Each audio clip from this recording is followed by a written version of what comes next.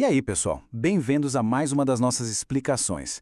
Sabe, é sempre muito gratificante pegar aqueles documentos super densos e transformar em algo que a gente consiga debater de forma bem dinâmica e clara, né? Hoje, a gente vai dissecar um marco legislativo simplesmente fascinante, a Lei 15.398, que foi sancionada lá em 2026 e instituiu o programa Antes que Aconteça. O nome por si só já dá um baita spoiler da ambição do projeto, não é verdade? A gente está falando aqui de uma mudança completa de mentalidade na segurança pública. É sair daquela lógica de só punir para começar a agir proativamente, protegendo as mulheres antes que o pior aconteça. E aí entra aquela pergunta de $1 milhão. Como exatamente a justiça consegue agir antes da violência ocorrer? Porque, historicamente, o nosso sistema de justiça criminal só é ativado quando o estrago já está feito. A agressão rola, a denúncia acontece e só aí o Estado acorda para agir. Mas o texto dessa lei vira o jogo. Ele nos convida a pensar em uma infraestrutura capaz de prever, acolher e cortar esse ciclo pela raiz, bem antes de um desfecho trágico. Olha só, vamos mergulhar nisso porque o contraste é gigante. De um lado a gente tem a justiça reativa, aquela que entra em cena só para investigar, julgar e punir quando o crime já é um fato consumado. Do outro, que é o coração desse programa, a gente tem a justiça preventiva. O foco muda totalmente para prever, educar, mapear os riscos e intervir de um jeito quase cirúrgico. É um quebra-cabeça enorme que exige que o executivo, o legislativo, o judiciário e toda a sociedade civil trabalhem juntos para antecipar o perigo.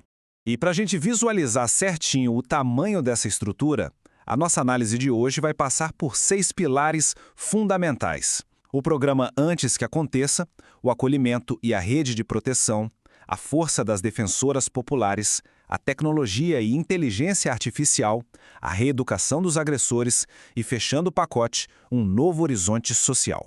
Então, bora começar pelo pilar número 1, o programa Antes que Aconteça e a fundação dessa lei. O artigo 1º cria logo de cara um esforço conjunto do governo, mas o que chama a atenção de verdade são os objetivos centrais. O programa não está olhando só para números frios ou estatísticas gerais. Ele mira em vulnerabilidades bem específicas. A lei bate na tecla da urgência de proteger mulheres negras, mulheres em situação de rua e mulheres com deficiência. E tem um detalhe crucial aí: a promoção da autonomia econômica. A lei reconhece oficialmente que, sem dependência financeira, fica quase impossível para muitas vítimas saírem de um ambiente abusivo. Sem dinheiro próprio, o ciclo não se quebra. O que nos leva direto ao pilar número 2, acolhimento e rede de proteção. Vamos falar sobre os espaços seguros. Na prática, como o Estado protege quem já está correndo risco de vida? Se a gente pensar bem, chegar numa delegacia comum pode ser uma experiência traumatizante e revitimizadora, aquele ambiente frio e intimidador. É aí que as salas lilás, garantidas lá no artigo 6º, mudam tudo. Elas são espaços fisicamente separados e humanizados nas delegacias. A vítima é atendida por uma equipe multidisciplinar, com foco total no conforto psicológico dela e de meninas que precisem relatar os abusos. Parece um detalhe de arquitetura, né? Mas é uma mudança de procedimento que literalmente salva vidas. Isso ilustra brilhantemente a essência do que é prevenção.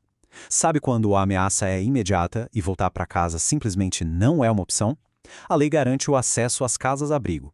É basicamente o Estado oferecendo um refúgio de urgência, um teto seguro naquele momento de maior vulnerabilidade, garantindo a proteção física não só da mulher, mas também dos filhos e dependentes dela.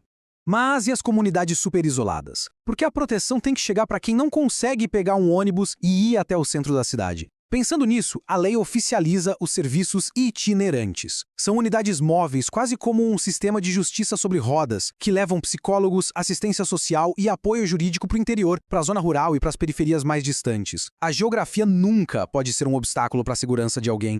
Passando agora para o nosso pilar número 3, a força das defensoras populares, a comunidade entrando em ação. A gente sabe que o Estado não é onipresente. Ele não consegue estar em cada rua e viela ao mesmo tempo. E é por isso que esse trecho do artigo 2º é uma virada de chave gigantesca. O programa cria e capacita a figura das defensoras populares. Gente, não estamos falando de policiais ou juízas. Estamos falando daquela líder de bairro, da sua vizinha, pessoas que a comunidade já conhece e confia. Agora, elas recebem treinamento oficial do poder público para atuarem como a primeira linha de defesa. A atuação dessas defensoras é super prática e segue 3 passos bem definidos. Primeiro, com um olhar mais treinado, elas identificam sinais de violência que, para muita gente, passariam batido no dia a dia. Segundo, elas dão a orientação correta sobre os direitos que aquela mulher tem. E terceiro, fazem a ponte que salva vidas, encaminhando a vítima de forma segura para a rede de atendimento. Elas são a verdadeira raiz do programa, fazendo o negócio rodar na base da sociedade. O que nos traz ao pilar número 4, tecnologia e inteligência artificial. A tão esperada modernização da segurança. Porque, a lei não é feita só de asfalto e tijolo. Ela entra de cabeça no século XXI. O artigo 8º escancara as portas para o uso de inteligência artificial e de monitoramento eletrônico. Na vida real, o que isso significa? Significa que uma medida protetiva deixa de ser só um pedaço de papel.